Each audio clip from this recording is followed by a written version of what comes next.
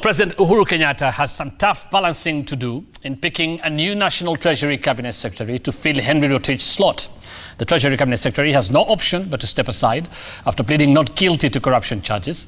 The President will also have to identify a new accounting officer in the finance docket, whether permanently or temporarily, to take over from Principal Secretary Dr. Kamau Thugge, who, like Rotich, is battling graft charges over the Arror and Kimwarer dams procurement saga. Francis Gashuri has more.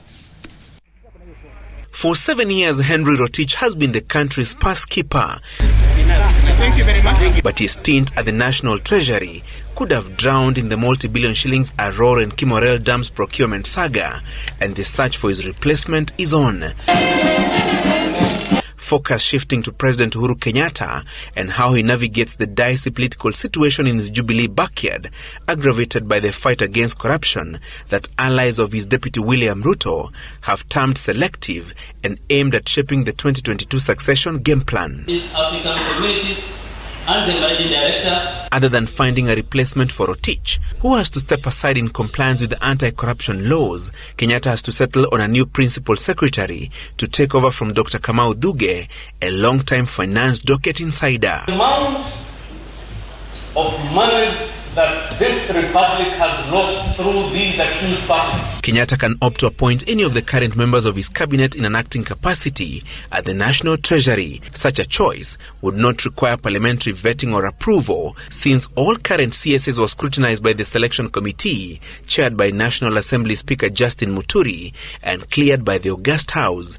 Transport and Infrastructure Cabinet Secretary James Macharia is a prime candidate to take over at the National Treasury, albeit in an acting capacity, with sources indicating that his finance background is an added advantage. His East Africa Community counterpart Adan Mohammed also has a chance, and so does Kenyatta's Mr. Fix-It in the Jubilee administration, Dr. Fred Matiang'i. But should Kenyatta opt to nominate a new person to take over at the National Treasury, the vicious Jubilee 2022 succession rift that has found its way into Parliament could play out. The war against corruption is a war we are undertaking with no joy, but one that will continue without relenting.